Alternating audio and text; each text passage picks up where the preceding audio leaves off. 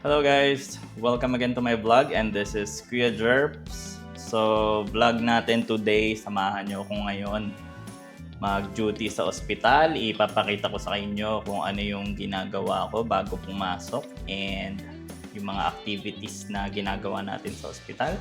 So, yung vlog na to para sa mga RN na wala pa sa US or nasa Philippines pa and nag-iisip or walang idea kung paano ba nag-duty sa States. So tara guys, samahan niyo ako. So normal lang naman na hindi mo alam kung paano mag-duty kasi nasa Philippines ka pa or hindi ka pa siguro licensed. Pero okay lang yan, lahat naman mayroong learning curve and huwag kakabahan kasi mababait naman yung mga tao dito. In my experience, wala pa naman akong nakasalamuhan na hindi magandang ugali, kahit kalahi or ibang lahi. So, ayun guys, alas 7 yung nag-start yung pasok ko. Sa night shift kasi ako, 7 p.m. And 6 o'clock pa lang. So, matagal-tagal pa. Chill-chill muna tayo dito sa bahay. So mga chong, bago mag-duty, isa sa mahalagang dapat nyo tandaan, syempre dapat presentable ka. Mga babae dito bago mag-duty naka-makeup pero hindi naman yun required, pero kanya-kanyang preference. Pero syempre dapat hindi ka mukhang bagong gising kasi kung paano mo i-present yung sarili mo, ganun ka nila i-view, lalo na yung mga patient na sensitive. Mga pasyente dito minsan sensitive talaga, no? So pabango guys, discouraged kasi yung mga patient na sobrang sensitive ng smell, allergic sa ganyan, allergic sa ganito, so discouraged. Pero pwede ka naman mag-wear ng pabango, siguro very light lang, na hindi nakaka-apekto masyado sa sense of smell ng mga patient. So yun lang guys, dito kasi sa US matataas yung tingin sa nurse na Filipino, basta na rin nilang Filipino, matik ano yan, presentable, friendly sa patient, priority yung patient care, parang tinitreat natin as family yung pasyente natin, and gustong-gusto talaga nila yung mga Filipino nurses, yung mga patient. So ayun lang guys, maging presentable kayo, and 6:30 na kaya alis na tayo, let's go.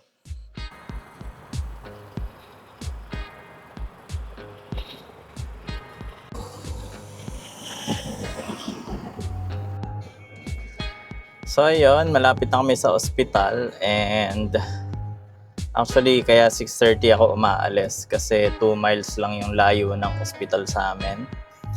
Actually yan yung mahalaga na kailangan yung hanapin na apartment kasi kung magjo-duty ka ng 12 hours tapos magdadrive ka ng 20 to 30 minutes araw-araw, mapapagod ka. So usually ang travel time ko lang is just 5 minutes.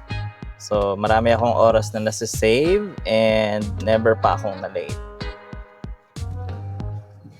Pwede ka naman mag-Uber or Lyft, kaso sa katagalan, sobrang laki na magagastos mo kasi bawat isang book mo is $8 to $10. Tapos, 3 times a week. Paano kung may baka panlakad? So, first 2 months, nag-Uber and Lyft lang kami bago kami bumili ng sasakyan. And nagastos ko, ako lang nasa $200. So, kung pinang car payment mo na lang yun. So, masulit talaga guys, kuha kayo ng sarili nyong sasakyan.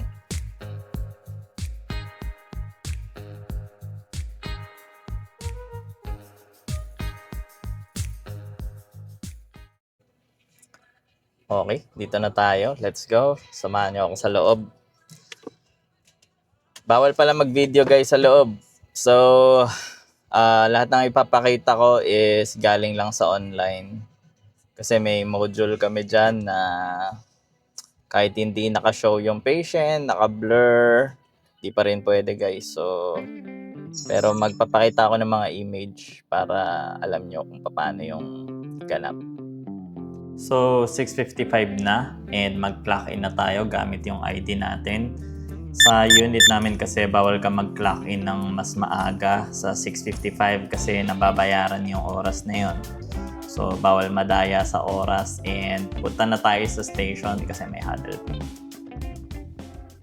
Okay, so 7 PM na and ito na yung huddle. So, nasa unahan natin yung charge nurse from the shift before. Then, dinidiscuss na dyan yung mga nangyari sa shift na yon, lalo na kung may mga important events. And then, dito niya rin dinidiscuss yung mga updates kung may kailangan ba kayong gawin na module na mga kailangan sagutan, mga schedule ng meeting, and basta any updates na kailangan aware ang yung mga RN sa floor. And then, dito mo na rin makikita yung mga assignment mo ng mga pasyente at yung mga nurse na kapalitan mo. So, tip ko lang, unahin mo hanapin yung kapalitan na alam mo na mahirap hagilapin sa shift change. So, ayan, nakahanap na tayo ng pwesto. So, dito na tayo magstay malapit sa mga pasyente natin and maghihintay na lang tayo ng report. Tapos, ang okay naman dito guys is software and computer na lang talaga. So, pag may pumuntang doktor, minsan di ka na kinakausap kasi bago pa sila pumunta, nakita na nila yung mga records ng pasyente sa computer. So, unlike dun sa mano-mano, pagpunta ng doktor sa station, tatanungin ka ano ba ng ganap dito sa pasyente. So, mas okay talaga kung lahat accessible talaga sa mga healthcare professional yung mga charts ng patient. Okay, so ayan na si Kuya Jerps, nagre-receive na ng report or updates mula sa kapalitan niya, no? So ako personally, gusto ko 7:30 PM pa lang tapos na lahat ng report sa akin para may oras pa ako reviewin yung mga chart ng pasyente.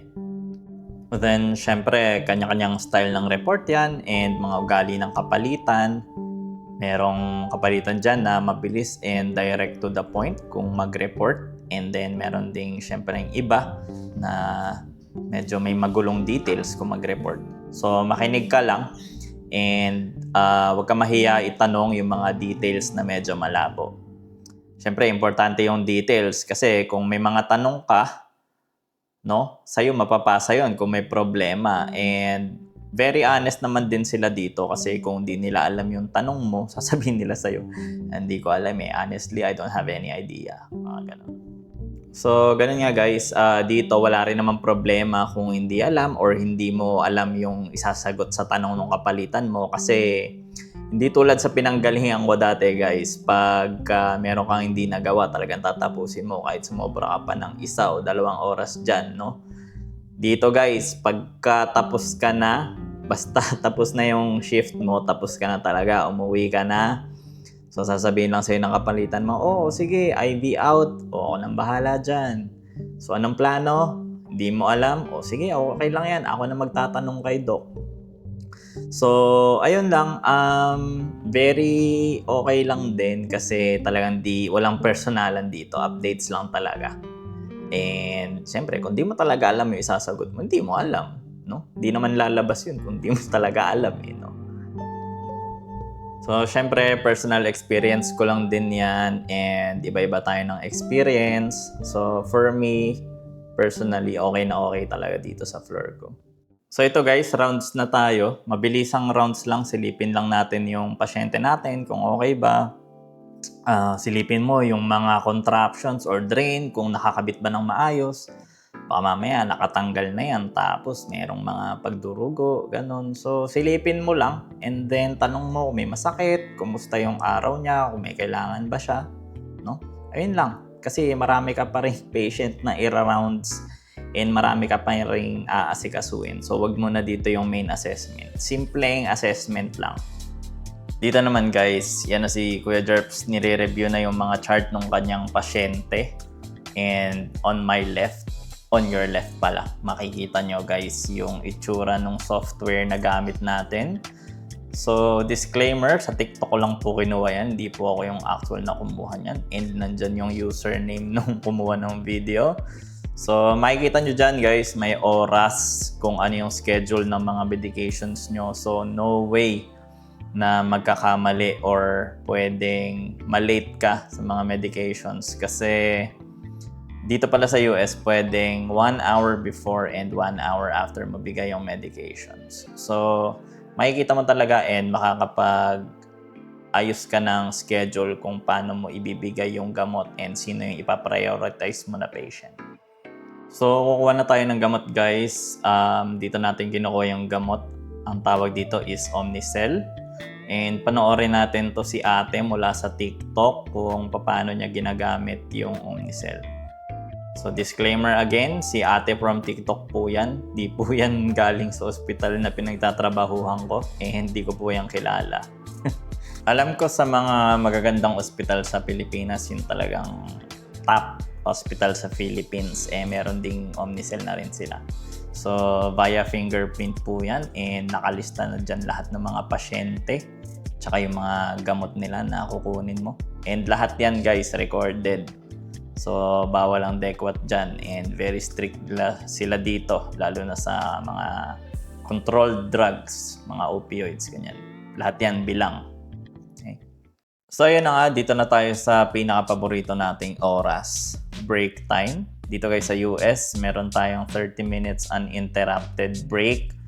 Meaning, kahit anong mangyari, sayong-sayo yung oras mo na yan, walang dapat mang istorbo sa'yo, walang tatawag and everything. And then, usually, ganito yung itsura ng break time dyan. Though, sa floor namin ganyan, masaya, no? So, ako hindi naman ako masyado nagdadala ng pagkain kasi hindi rin naman masyado nagluluto. So, ayan, yung mga ka-duty ko, daming dalang pagkain. Siyempre, share yan. Siyempre, guys, magbe-break ka lang kung wala na masyadong ganap. Kung tapos na sa medications, kung hindi masyadong lunod yung mga kasama mo, no? So, ayan, simpleng-simpleng kainan, kahit parang piyesta. So, ayan, 30 minutes yan. Kain muna tayo. So, ayan, di natin napapansin, alas 4 na pala. So, ito yung oras na ginagamit ko para mag-prepare ng hand-off report sa next shift. And then, syempre, hindi pa rin tayo komportable kasi anytime pwede magkaroon ng emergency. Kasama naman na yan sa bedside. And then, syempre, may mga oras din na talagang, parang, wala masyadong ganap, no? So, yun yung gusto natin, wala masyadong ganap. Pero syempre, as nurses, responsibility mo pa rin yung mga patient mo na okay sila throughout your 12-hour shift. So, ayan, alas 7 na. Dating gawi, updates, mga bagong ganap, mga nangyari sa gabi. And then, hanapin na natin yung kapalitan natin. Sabi niya, babalik daw siya. So, tingnan natin kung babalik. Yon, luckily, bumalik si kuya and lahat ng patient na ibibigay nating report sa kanya mapupunta.